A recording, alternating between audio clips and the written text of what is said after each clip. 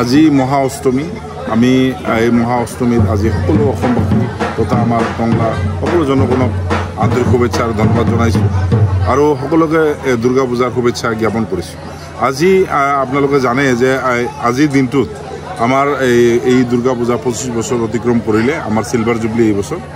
তথাপিও আমাৰ অসমৰ হিয়াৰ আমুঠু তথা আমাৰ সকলোৰে প্ৰিয় জুবিন গাৰ্গ আমাৰ মাজত নাই। তেখেতক শ্ৰদ্ধাঞ্জলি জনাই আজি আমাৰ কাৰ্যসূচী আৰম্ভ কৰিছোঁ আৰু আজি ইতিমধ্যে আমাৰ মাৰ পূজা প্ৰায় শেষৰ দিকে গৈ আছে।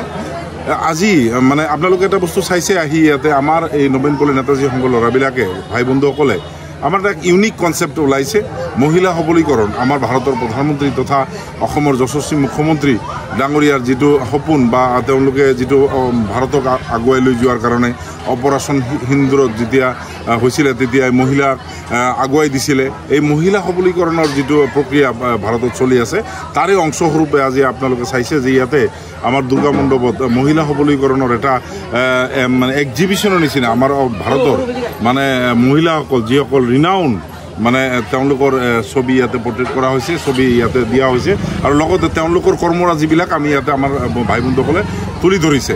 আজি কিৰণ বেদীৰ পৰা ধৰি আমাৰ মামনি ৰয়ছম বাইদেউ, আমাৰ ধিং এক্সপ্ৰেছ, তাৰপিছত আমাৰ কল্পনা চাওলা, আমাৰ এক্স ৰাষ্ট্ৰপতি মেৰী কম, সকলোৰ জীৱনৰ কাহিনী সৰুকৈ ইয়াতে দিয়া হৈছে। আমাৰ নৱপ্ৰজন্মক যাতে আমাৰ এইসকল বীৰ বীৰাংগনাসকলক পাহৰি নাযায়, এই কনচেপ্ট ধুনীয়া কনচেপ্ট এটা তেওঁলোকে ওলাইছে। লগতে আমি ক'ব বিচাৰিম যে এই আমাৰ টকলাবাসী তথা অসমৰ যিসকল মানে ৰাইজ এই দুৰ্গা পূজাত ভ্ৰমণ কৰি আছে, চাই আছে, আমি সকলোকে আহ্বান জনাম যে আজি আহি আমাৰ ইয়াতে দুৰ্গা পূজা উপভোগ কৰক।